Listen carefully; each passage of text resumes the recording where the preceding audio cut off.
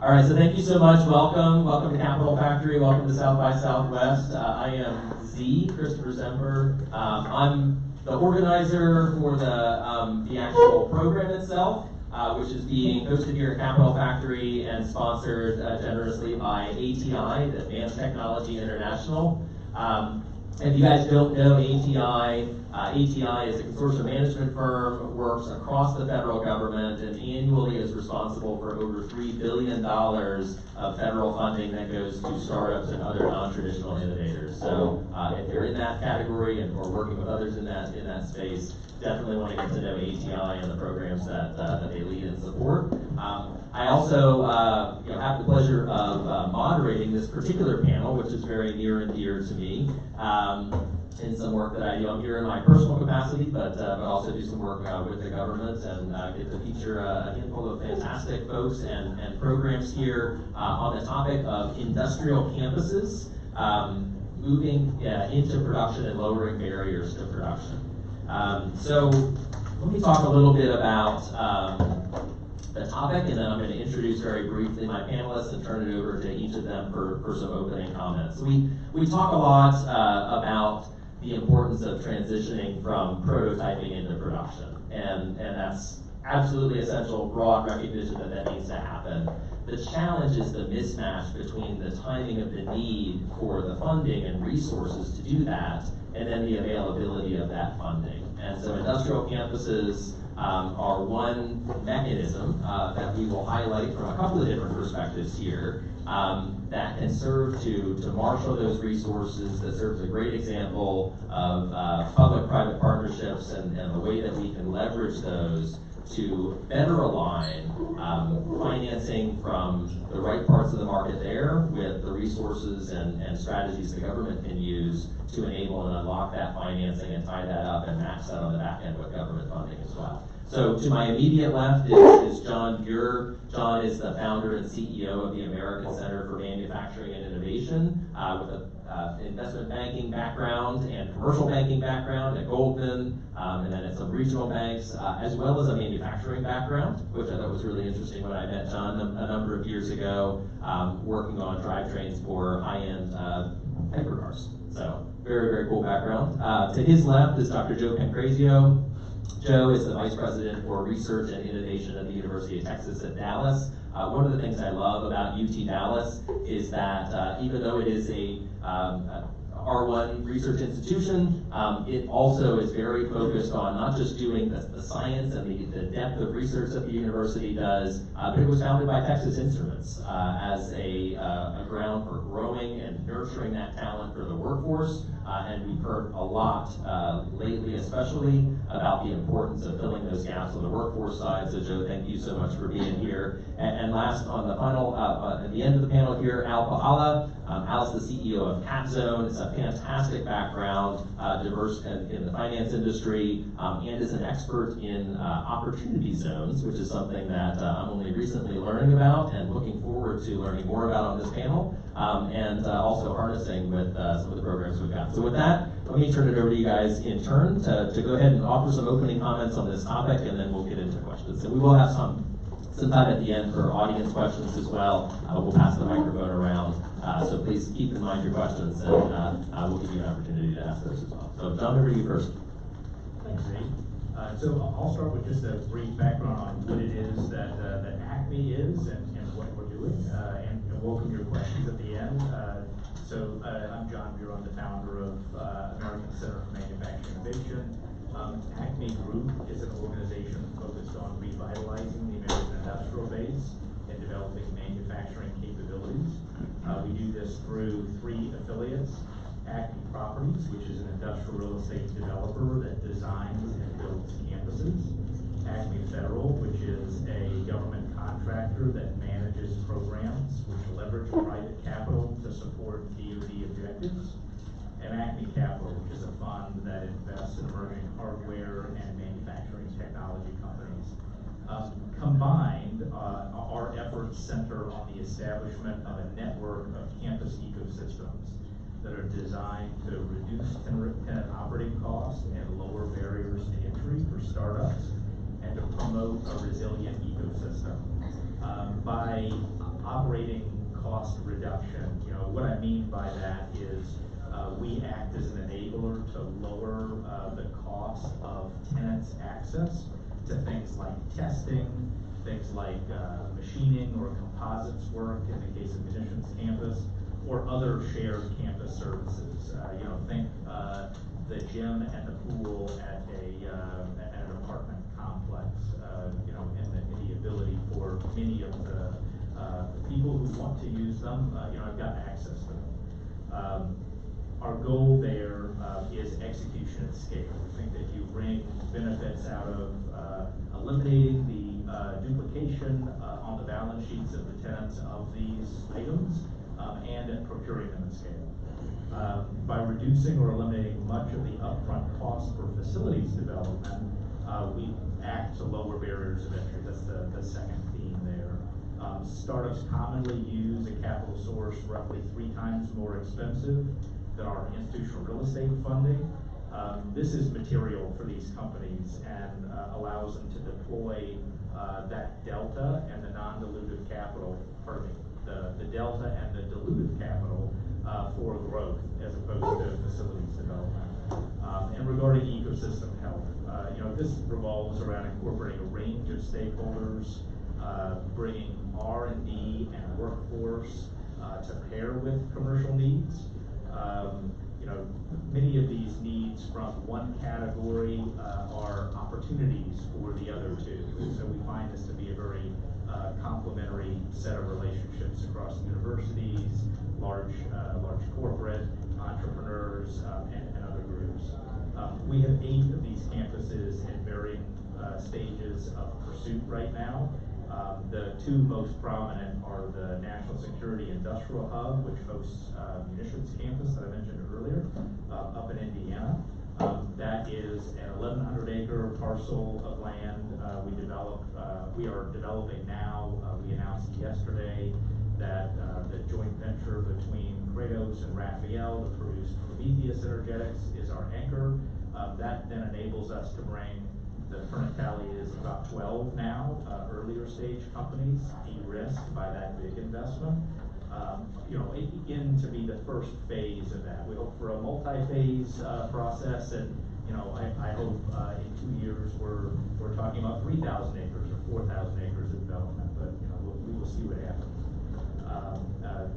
The other is Exploration Park, which is focused on human space flight. It sits on over 200 acres of Johnson Space Center down in Houston.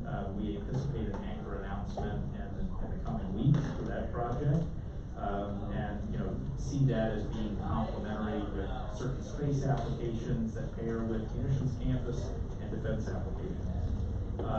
My last comment is really just that the early stage company is a driving element to these campuses. They promote the dynamism and innovative solutions that power the ecosystem to ensure the next generation of ideas makes their way into products. Thanks, John. Jim? Great. So thank you, and it's always a risk to give a professor a microphone, but I assure you I will stick to the 5 to 7 minutes. We took the dry erase away from the board behind it, just to be safe. That's too bad. So I think Steve gave you a pretty good background about the University of Texas at Dallas. I like to think of this, and I know we are, a special place. We have this long-standing relationship. In fact, our institutional DNA is tied to Texas Instruments. We were truly a university that came out of industry. And in that instance, what we do, and if you were to visit the campus now, you would walk and see delivery robots. You would see a statue to Jack Kilby, that developed the integrated circuit. Not because he attended UT Dallas, but because these are who we celebrate. You would visit TI Inspiration Hall. This is a very different university campus and an organization that believes that our best stories are those that impact the local region and the nation. It's one that where, especially as we've had the opportunity to be part of the Energy Storage Systems campus, and it's not campus in the concept of the university, but campus is part of building this entire ecosystem. It's something that we look to our partners in the city. The city happen to be in the city of Richardson primarily is where the campus is. So it's the University of Texas at Dallas in Richardson. but, as it is. But with it, we have this tremendous relationship with the city of Richardson, as they are integral to our ability to be able to stand up this larger ecosystem. You know, the charge for the university, as he said, was to develop the regional workforce. And we're at this interesting university in that we've emerged, or are emerging, and we're at those inflection points that probably span many years. And it's having the opportunity to develop areas of distinction in our case, in and around batteries and energy storage. These are different parts, or different trajectories in the U.S. economy. We don't, China makes 80% of the batteries. They actually process 90% of the raw materials that go into batteries. And so we're playing catch up. And so how do we do that? I'd argue that the universities, we're an $850 million a year organization. We have the infrastructure, we know how to handle toxic materials, we know how to handle all of this, and we're not going anywhere. So we're a safe harbor to be able to nucleate and create prototyping facilities. And I'm very excited that tomorrow at 2 o'clock, after one of our sessions, where we'll be talking about really the countering some of what I'll call some of the economic drivers that are happening from China, especially in around energy storage. We'll have our virtual opening. Virtual opening will happen through, invite you all to attend this. It's going to happen in a virtual landscape called Minecraft, which has become part of our framework by which we reach the next generation. So universities, one thing they're good at is building workforce. Not just bachelor's, master's, and PhDs, but we're the kind of organization that takes a step back and says, what is it that the industry needs are going to be? We're doing with semiconductors, we're doing with batteries, by having close relationships with community colleges. And it's not about arguing and saying, we're the four-year institution, you do what we tell you. It's about funding them to be able to build true partnerships. And that's what's been so exciting about the program that we're part of. We're building partnerships that develop an ecosystem. And we're very much partnering, truly partnering in ways that we've never done before. Universities are filled with people who, the faculty member does their own gig. The reason faculty come to universities is because they want a boss. Okay? They want to have their own little small business and their own little labs. This is not business as usual. This is truly about building organizations within universities with a long view. The long view is we need and want to be able to say that to answer the question why UT Dallas, it's because that's where it's a core part of this energy storage system campus. We want the rest of the country to understand that. Now, why is that so important? We don't have a football team, okay? So we want to make news in Texas, okay? You better be doing an economic development, and also something that's important at the intersection of national security and supply chain. And that's where we're at with this. Awesome. Thanks, Jim. Al? Great, thanks, Steve, for having me. Thanks for this time, and it's valuable. I'm Al Puvala. I'm CEO of Capstone Impact Investments. We're a qualified opportunity fund. You have to learn two acronyms if you're around either Opportunity Zones or the DoD. One is QOF, Qualified Opportunity Fund, which we are. We're the first of about 20,000 today in the country, but $200 billion today in only 7 years in OZs. And we invest in QOZB businesses, Qualified Opportunity Zone businesses. We bought a shipyard in Mobile, Alabama, 355 acres. The Navy publicly announced they became for the first time ever an LP in our fund to the tune of $150 million. And we're going to create a campus in support of American national security priorities. The story goes back, frankly for me, to my grandfather. He was one of the leaders with my grandmother of the Warsaw Uprising in 1944. He was a lieutenant in the Home Army, ran the spy network in occupied Poland, and very proud to wear an Army uniform. My father was a Screaming Eagle, buried at Arlington proudly, and I never served, and had a great career on Wall Street, but this is really a way for a civilian to help, I think, our DoD, who doesn't really ask for help often, right? I think last time was in the 1940s when we had to beat Hitler and the Japanese in World War II. So this is a time when the DoD needs to tap the private sector. Our adversaries don't have private sectors, right? You kill Navalny or you run over a tank, right? You don't have to incentivize the private sector. We do in our capitalist society. So It's really hard, it's outside the comfort zone. We at Capstone are organizing two really complicated things together. One is opportunity zones. We are one of I think the only firm that it really has tied to the DoD. We are going to be setting up campuses to bring in tenants that are within a golden share. Bad guys can't own our units, people can't sit on our yard who are kind of basically CFIUS approved. And these are going to be campuses around the country networked together to provide a national security resource for the DoD. The Navy was first out of the box. We're working with all the other services, Army, Navy, Army, Air Force, Space Force, SOCOM. They'll all have funds. And just to finish the swing here, if you read the Wall Street Journal this week, there was a leaked executive order that will really connect the private sector and opportunity zones to the maritime industrial base. And that's going to be a big deal. And I think I'm excited about this conversation because place-based investments are not how America normally invests. We invest by sector, right? ITC solar, like housing, or by demographics. Are you poor? Are you a student? Are you a farmer? Are you that? That's how tax subsidies go out. This is location.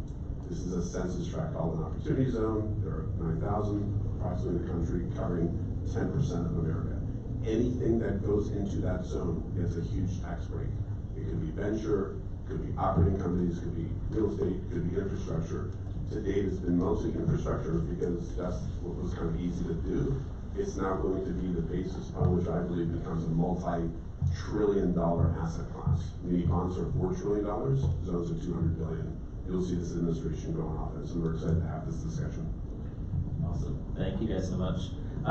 So it's interesting, listening to John, your comment about lowering the cost of capital, and Joe and Al, you've talked about that same idea from different perspectives. So I would like for you guys to maybe pull on that thread a little bit of this, especially for the startups, whether it's companies coming out of a university that maybe not even formed yet, or we're in the early stages, or companies that are coming into the university, or the folks that you're working with, where they don't have the financial stability to get the investments that they need, particularly in infrastructure, and how you're looking at leveraging the resources that you've got and the approaches you're taking to lower that cost of capital and provide and unlock that capital to these folks that really need it to rebuild that domestic industrial base. So whatever order you guys want to answer. But maybe John first, since you brought up that particular comment.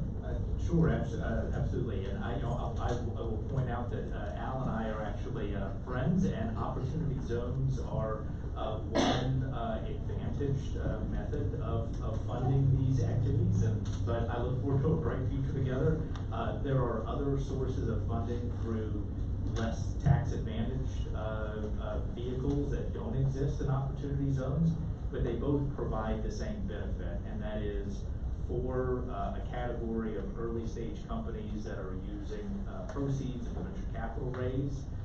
The implied cost of capital for that is in the mid-20s.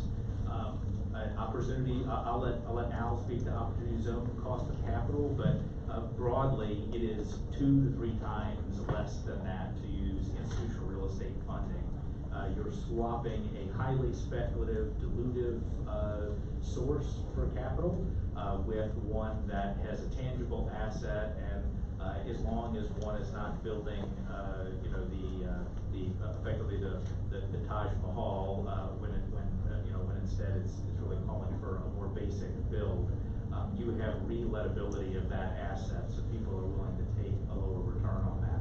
What that does is it flows through to early stage startups. It allows them to repurpose that money that they would otherwise spend on physical assets, and allows them to spend it on making more rockets in the case of munitions campus, or making another satellite, in the case of exploration park. And so that's the way we see institutional real estate funding coming in and playing a role here, is really in freeing up capital for early stage companies and allowing it to better time the payment on their lease expense with the income from contracts or product sales that they would have starting up the factory, rather than starting that in T-minus 18 months or T-minus 12 months, depending on the type of facility.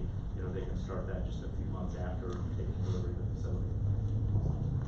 Maybe Al next, since we're on the finance topic, if you want to talk a little bit about lowering the cost of capital through the opportunity zones. Sure, most of my career really has been either breaking up telecom tech media. My first project at Morgan Stanley in 1983 was the British telecom privatization for the British government, and the second was breaking up AT&T.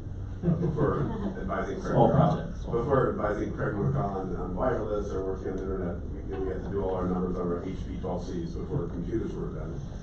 So I've seen this movie before. You know, an industry that needs to be really coached on offense and needs a disruption for structure, for technologies. I think defense is going to see that because we have to do it. And it's about access to capital. You know, if you're a prime, you have access to the public markets, stock markets, bond markets, derivatives markets. You don't if you're a new entrant or a small company. So part of this is organizing programs. I was on Wall Street in '87. I did the first collateralized mortgage obligation, valuing residuals and structured finance and tranching. And so I kind of on the tax geek, thinking about how it all comes together. Today, what you need to do is create funds. What was different about our deal in Mobile, it's called Project Atlas, we named it because it also helps the community. It wasn't what normally happens in the DoD, which is a deal. You buy something, you buy a widget, you buy a submarine part, you buy a piece of property. We set up a fund, and that's a major existential different thing. Most investors in America are fund investors. They don't have the skills to run a model, interview management, roll a deal along, but they would love to be in a fund. And there were no funds for opportunity zones because it's a hard asset class to manage as a blind pool fund.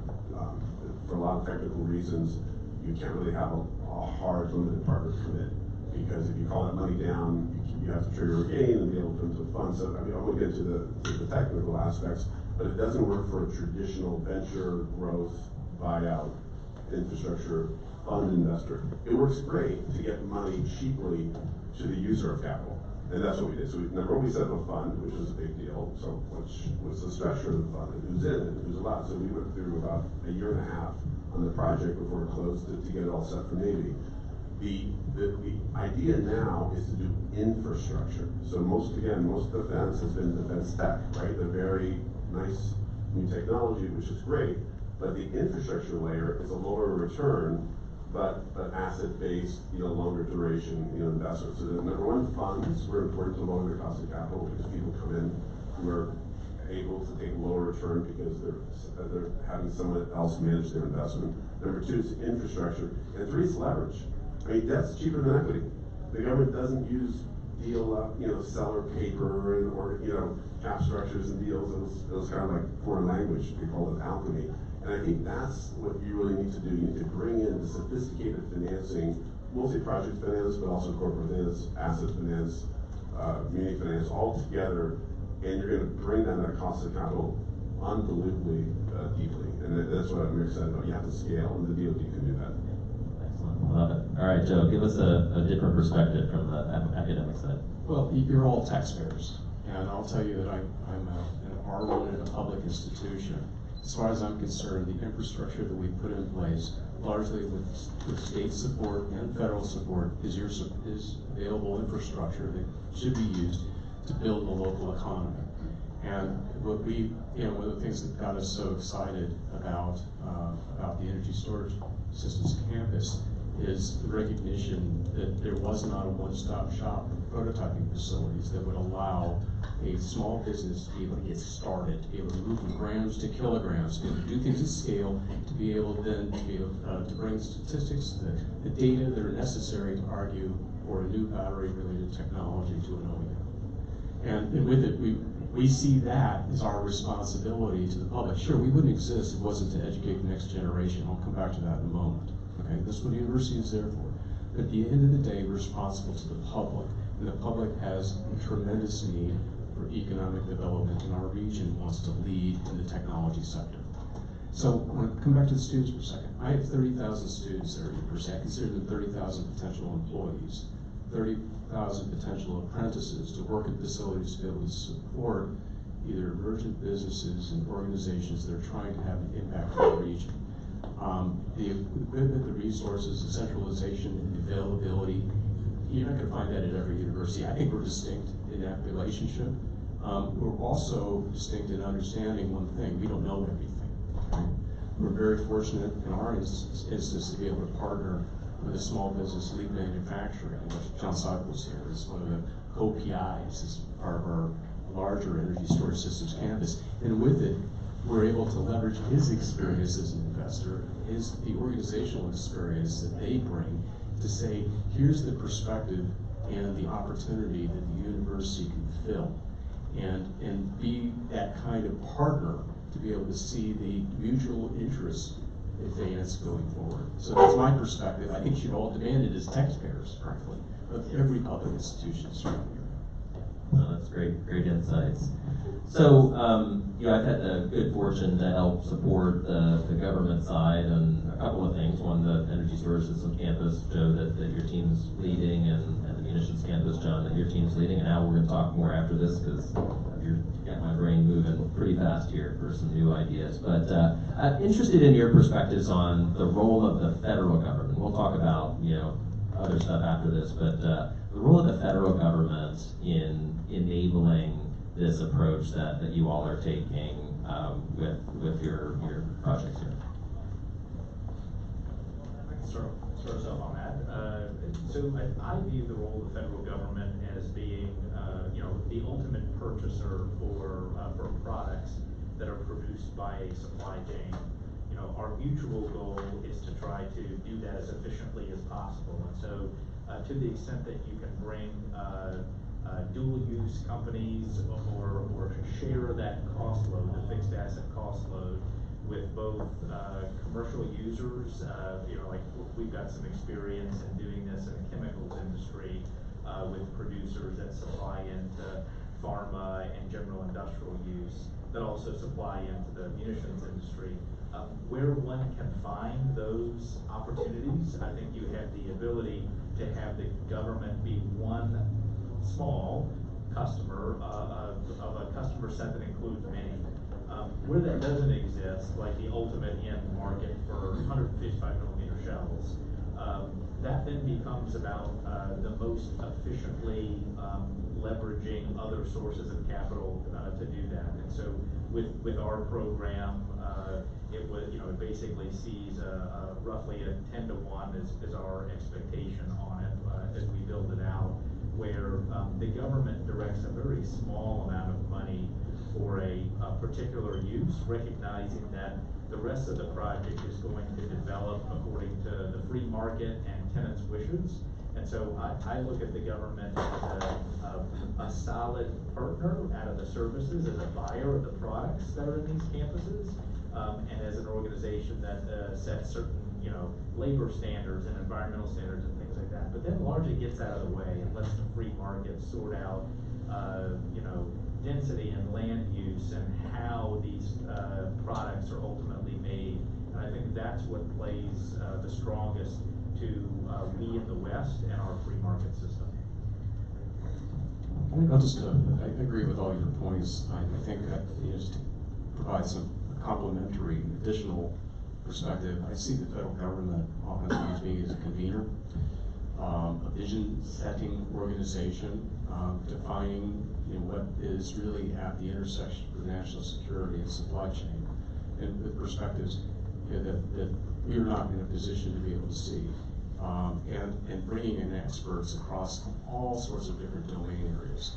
So that convener is a very, very powerful role that I think the federal government has in this context. Obviously, the funding and support, carries a tremendous weight and value. Our particular university looks to the federal government as, a measure of our own success and the support that we receive. And to the extent that we're happy to partner in the context to be able to meet some of those strategic interests. But at the end of the day, it's about helping form and coalesce partnerships. I think Texas is a unique place. I think there's always there's a tremendous source of patriotism that exists here in Texas. And when the federal government has identified areas that are, especially where the DoD sees that national security supply chain intersection, it's something that catalyzes even further activity here. So the voice, convening, the leadership, evening out those oscillations that happen in the marketplace, I think is tremendously valuable. But ultimately, it's about setting a vision. And I think the federal government is unbelievably important for this moment, not just for our country, but frankly for the world. I used to be a partner at a Wall Street firm on Wall Street, and I used to tell my partners I was the head of the public sector for the bank, and I said when I bring you to my city, Washington, I was based in New York. I said my client, the U.S. federal government, is different from all of your clients. Excuse me, my clients too, telecom tech, what have you. My client can print money and kill people. Yours can't, at least not legally. And I said it's different. The people are different, incentives are different, nomenclature is different. So you have to really think of this as public and private, two different worlds, two different vectors. And now there's this thing called public-private. And that's what we're creating, this public-private partnership, and it's just really hard. Now, I think the importance of the federal government is based on consistency. There's a budget every year, or else, I think, a lot of things will be the way we expect them here in this country, especially the DoD budget.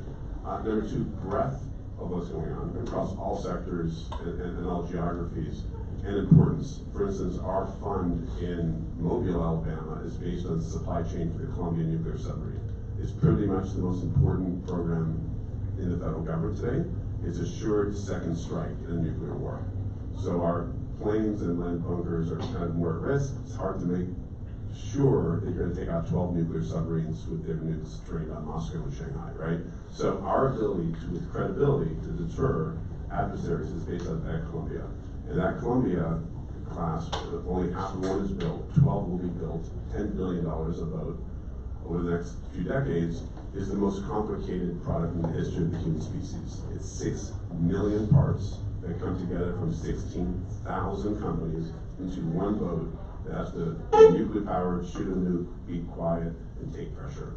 And two football fields long with a few hundred sailors. So, getting that right is really important. So from our perspective, the DoD demand signal, the federal government demand signal, is unbelievably important. Everything doesn't matter if we can't really protect the free world. And now the rest of the government, I've had the privilege of, over my 40 years in finance, to work with the Department of Treasury, TARP asset restructurings. I went to Moscow after the wall fell, representing the U.S. Treasury and setting up the U.S. Russia Fund. I advised the Department of Energy after Solyndra to make sure that wouldn't happen again. Risk management on loan portfolios at LPO. Worked with USDA to set up a $10 billion rural infrastructure fund. I ran an SBIC for the SBA. But in the end, the DoD always exempted themselves out of everything. For national security, we don't want to be under the normal rules until now. So this is a moment where the DoD wants our help. And they need our help, and they deserve our help. So this is the time to get it right on these public-private partnerships and go at scale. Excellent points. So let's pull on that thread of public-private partnerships and hit the other part of the public side, which is near and dear to me, the state and local governments. And then let's talk about the private side. Joe, you talked about, even as a university, tapping into investors and recognizing that you're not just going to sit back and hope that that happens from a market point of view, but you're pulling that in. Obviously, John and Al, I know you guys are coming from the investment side as well. So interested in the right balance and approach to really blending that public-private partnership with the right folks at the table and engaged. What's your perspectives on that? So it very much depends on the particular situation. I'll speak to a few that I have a direct experience with. With munitions campus, if one does not have the buy-in of the local parties to make things that go bang and whoosh, and could go very wrong on that campus if not done right. That relationship with the local schools, and we have a partnership with Naval Surface Warfare Center Crane and Crane Army to support that. You're not building anything, to be honest. So in those contexts, the regional parties become critical to even get started with the project. If one goes a layer deeper, one finds regional community colleges and other portions of the community the state providing funding, the community colleges providing workers. It really is not just an ecosystem on campus, but also the aggregation of those needs and desires, into that project broadly. Conversely, with Exploration Park, it's primarily NASA that we have to both act as a center of gravity. We're not doing anything that blows up there, so much of the needs are in contractors reaching the capabilities of NASA, in bringing the commercial market and non-government payers to supply more of their parts.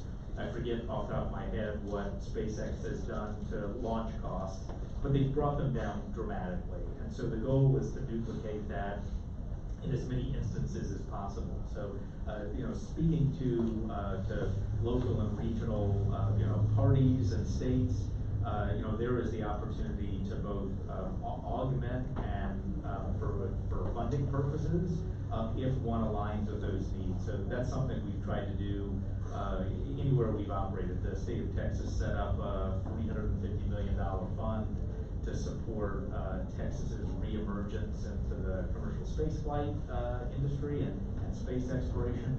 200 million of that went to Texas A&M for a Space Institute. The other 150 million, my hope is that it's tenants of our campus that reach that, and we're working with several of them to tap it. Well, I think I'll probably answer the question in probably a philosophical or qualitative way.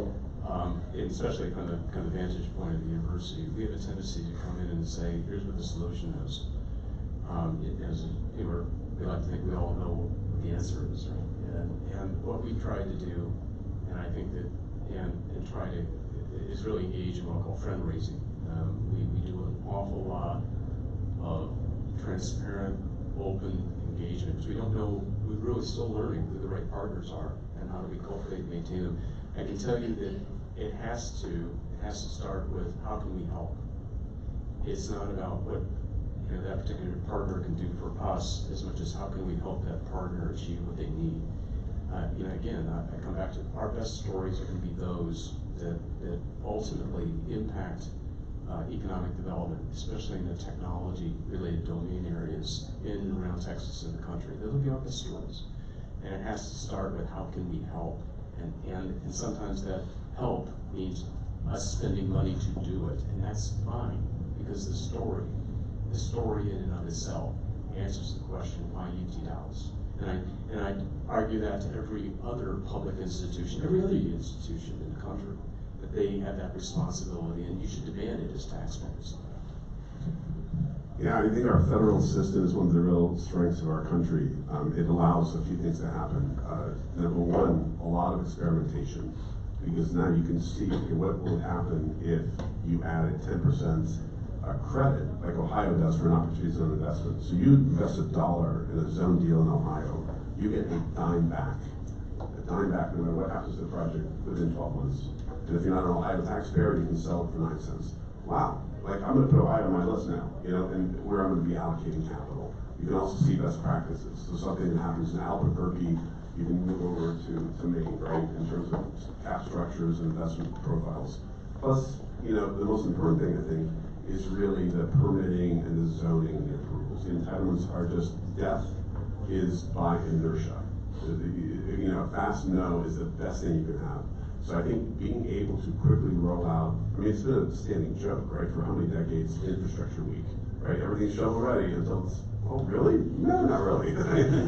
I think now the DoD saying for national security purposes, and you don't have to break the rules, you just change the presumption. Like, you are fine until you're overturned, on audit, right? And that's how we pay our taxes. We don't have to go through approval of the IRS every filing. We just say, if you're wrong, you're going to pay a tax and a penalty. Why not let the projects, in certain cases for national security purposes, go ahead, and if they didn't follow the environmental or whatever approvals, fine, pay the penalty. But let's get on offense. And I think that the locals, the states, the counties, the cities can play a big role in helping move at speed, because we just can't wait like we did for the last few decades.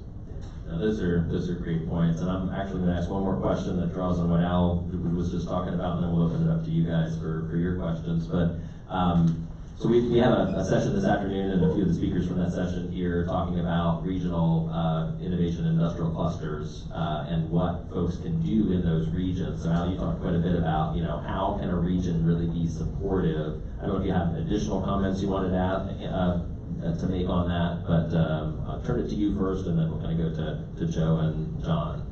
The only thing I would just point out is that consistency is everything. Like, knowing what will happen, I can price that. So I was at the Pentagon a few months ago and kind of trying to explain what the private sector and public sector do differently in allocating capital. I said, we do three things the same way. Both the public and the private sector, including public sector DoD, we identify risk, right? Private government is probably actually better because they have a larger purview. We both assess risk. Okay, what's going on? And we try to mitigate risk. The private sector prices risk and acts on risk, accepts risk. And that's the difference here, is that it's okay to make a mistake. And I think, that's what we have to allow government to do, is to make honest mistakes. And I think, permeating the locals that, hey, it's okay to, once in a while, the project didn't happen or something. So I think it's more of a cultural issue than any specific legislative approach. But that's the one thing I would add. You really touched on something about the notion, Eric Walter and I were talking about this on the way in, this idea of making mistakes. So I'm surrounded by a whole bunch of people who are, it's pretty funny in some ways. So many of the people I work with at the university have tenure. They're a public institution. I got 30,000 customers that come in every year, okay? It's not going away anytime soon. This is not a small business that's going to evaporate tomorrow. They have health care, everything's good, and they're all scared about making a mistake. So this idea, that we can take some risk and have that, and as long as we do it in a transparent and clear way, and we also engage our public sector as much as possible. In our case, the state, as well as for us, the city of Richardson and Dallas, the surrounding area. I think they all understand why we're doing what we are doing, and they're all excited about that, and they're interested in finding ways in which they can help bring small businesses into this larger energy storage systems ecosystem. Campus gets a little confusing when you have an academic talking, but in the ecosystem in general, they're looking for ways to leverage that and be part of their own argument to their own citizens about how they're supporting this technology economic development related strategy. So, so much of it is recognizing where risk is. And I spend a lot of time communicating with my colleagues saying, you got nothing to worry about. This is we want to go all in. And if we're wrong, we're not going to be wrong for long, right? And it's okay to be wrong, especially for something that's so very important in terms of this national security and supply chain intersection. Joe, I love the acknowledging the different types of risk there. I was speaking with an advisor of ours about some of the military systems, and he said that for the longest time we've accepted no technical risk, and that is causing operational risk. And so it's about identifying the risk. I love the idea of pricing risk. I come from the banking and financial services sector. We talk about within critical chemicals the idea of a domestic supply chain premium that we may be willing to pay to have certain chemicals made here. I think it is about taking a holistic approach, identifying risk. When you have no near-peer adversary, you're not going to accept any technical risk. There is no operational risk, but one needs to look at that in a dynamic environment. And so, my global comment is one about pricing risk and understanding that there are many different types of risk, and to continue with deterrence, we must move out on accepting some technical risk to avoid the operational risk. All right. Open it up. Yep. Howdy. Mic check. All right. Howdy, my name is Caleb Holt. I'm from College Station, Texas. What I meant to say is a very large opportunity zone community. Just to put that out out there. I did want to make one comment to the University of Texas Dallas is I would encourage you to consider saying you have 30,000 future CEOs. I really don't like the labels of employees. We do that for our kids as well. My question is we have seen, we've stood up 5 manufacturing companies in Bryan College Station. In the terms of dual use, we have 5 companies that are under contract doing dual use. We simply have to focus on commercial applications and manufacturing for commercial customers. Do you see an opportunity where a company would go into a campus, either the one in Mobile or either the ones that you're talking about, John, where maybe they're commercial customers first, and they're still trying to figure out the direct line funding in defense? I mean, we're working on hundreds of different applications. We're Wayne Gretzky, lots of shots on goal, but at the same time that defense needs this demand for industrial base, the entire American economy needs this industrial base because of what happened with COVID and supply chain disruption, the Ukraine, conflict. So we constantly, as soon as we took meetings with really big companies trying to figure out how to manufacture in the U.S. that had nothing to do with defense. So how do you see that playing into your different campuses?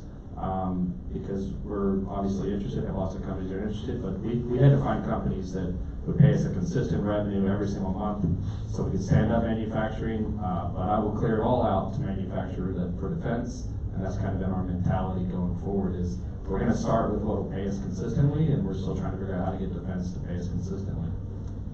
So Caleb, a lot of so yes is the short answer to your question about incorporating into any of the campuses that we're building. Typically, we're having to argue the other way. We're having to find commercial companies and argue for them to supply to defense because you don't have multi-year contracts or you have other bells and whistles that make it more difficult. So thank you for being so oriented towards supplying to the DoD. But in actuality, if I can take the liberty to reference a book, Freedom's Forge, that I quite enjoyed reading. What we're missing today is a strong, robust. Oh yeah, he's got it in his bag. We are missing the. We did not coordinate that. I have met Caleb before,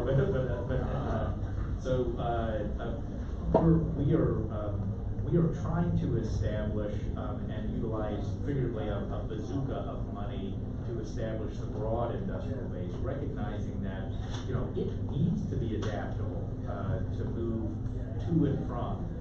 Back in the late 30s, early 40s, the defense industrial base consisted of Frigidaire,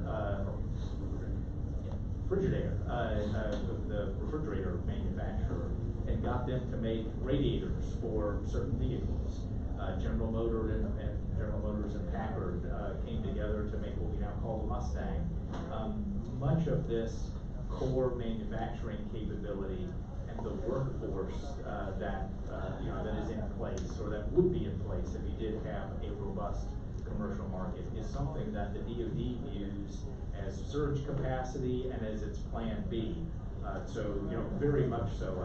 I would argue that a majority of the preparations we will do that are not government funded will by necessity need to be commercial started and then oriented towards the DoD. Yeah, and I'll just add to that, I couldn't agree more with John, and I was actually talking about Freedom's Forge at the Pentagon after we bought the yard. They wanted to know, okay, is this a Freedom's Forge moment? You're hopefully going to be on. And I said yes and no. I said yes because the private sector wants to, organize its activities to make a fair profit for the risk, but to national security concerns. No one felt rich in 1961 Cuba or even 1944 Switzerland, right? Like unless you're winning as a country, the private sector is going to lose. But more importantly, in Freedom's Forge, the way we allocated equity capital to corporations, and we still do, primes, and the way we allocated debt capital was through banks, we still do. But today, we also have markets, right? Stock markets, bond markets, derivatives markets, and we have funds. Private credit funds, private equity funds, opportunity zone funds. So the way you access capital to help national security is different than it was 80 years ago. And so there's going to have to be like a rethinking of what's today that book, which is fabulous, but then how does it apply to today's model? I think that's really one of the issues.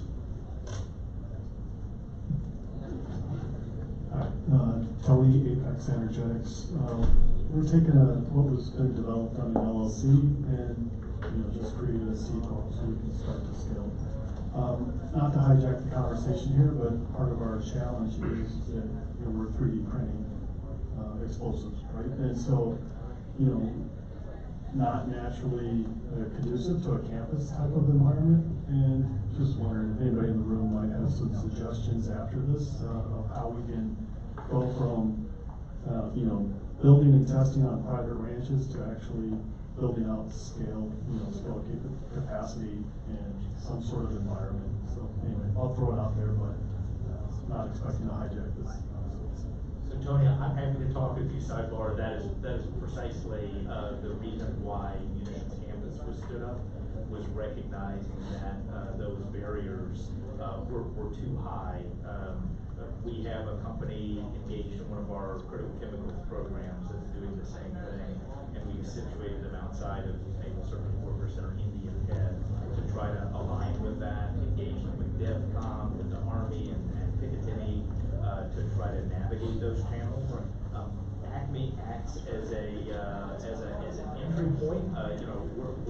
We try to get people off where they need to go, recognizing that we are not the Sherpa that's ultimately going to lead them there, but we are, as of yesterday, and it's actually in the room here, there's a partner that we're onboarding that would actually take that transition topic one step further and actually help guide in through to the ultimate user of those systems. But we are actively discussing right now a broader program that could incorporate other energetic materials printing companies, because it's an unusual path to navigate, that people really haven't paid much attention to in 40, 50, 60 years. So I'm happy to talk to you sidebar. So I just want to say, I think John has a solution for you, which is great. And at the same time, I'll just say, I feel your pain. Even at a very different scale where we were looking within a 40-mile radius about where we could even do a prototyping facility for something as simple as batteries.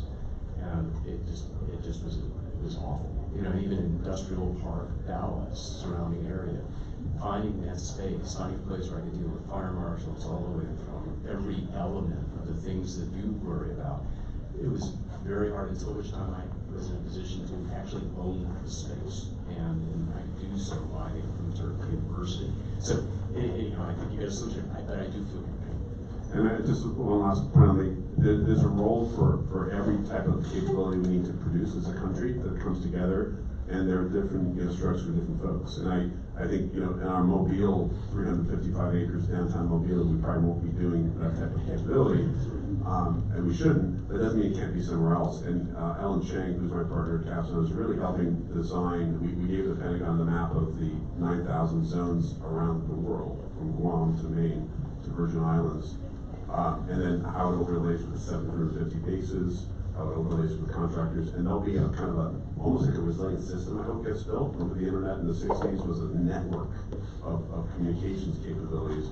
Here, if we have a network of DoD, kind of gated communities with skiffs and by invitation, and so I think that could definitely fit within that network, not every place.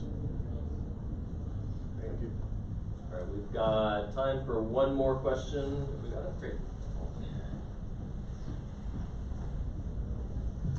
My question is for Al about pricing risk. In academia, we publish about 5.5 million journal articles a year. It's about 15,000 a day. And there are all these incestuous systems where reviewers review in their own little groups, and there are a lot of rewards in academia just based on those groups. If you had a way with your Wall Street background to price the asymptotic economic value of published papers, journal articles, patents for universities, and could help us build a reward system that sort of properly evaluated impact, that could do a great service to help directing a lot of the next generation of hearts and minds toward applied, economically productive programs and projects. But right now, there are a lot of these little silos that are publishing a lot of impact or are competing for funding, but within a reward system that's not tied to reality. No, I think that's a great idea. I would love to follow up on that. Most of my career was advising U.S. Treasury. And I spent a lot of time at Public-Private Investment Partnership, PPIP, in the 07 to 08 timeframe. A lot of TARP asset restructurings, American Airlines, ResCap. The expertise in the federal government on pricing risk, U.S. Treasuries, is at Treasury. So the DoD needs to sit down with the Treasury. You may have seen J.R. Gibbons, who helps the Office of Strategic Capital at DoD, just went over to Treasury last week to advise Secretary Besson on setting up the sovereign wealth fund. Hopefully now. So you're going to see that. So I would say number one is kind of grab where in government that we very much silo these expertise. Start bringing it to the table for DoD. And two, yeah, with AI and the ability now to massively computationally drive, again, best practices in the financial markets, without the SEC, without, K1s, you basically, 10Ks, you need information to price risk, and you need real-time information, you need germane information. I think there's something to underpin the defense industrial base. It's not going to have that foundation, and that's a very good idea. Well, thank you guys so much. Thank you guys for your questions. Please find these folks afterwards and see how you can contribute and also take advantage of what they're building, and help me join me in helping thank them for their time.